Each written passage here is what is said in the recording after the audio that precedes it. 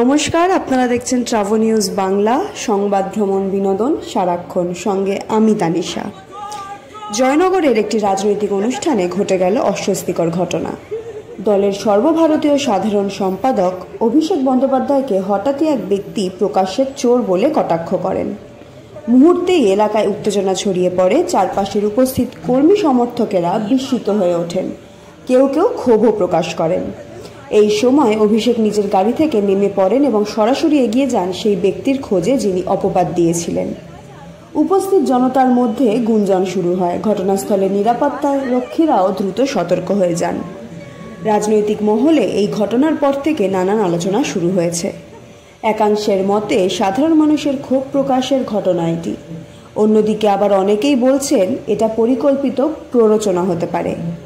তবে যেভাবেই হোক, অভিষেকের দৃঢ় ও সরাসরি প্রতিক্রিয়া মুহূর্তের মধ্যে পরিস্থিতিকে আরও তাৎপর্যপূর্ণ করে তোলে।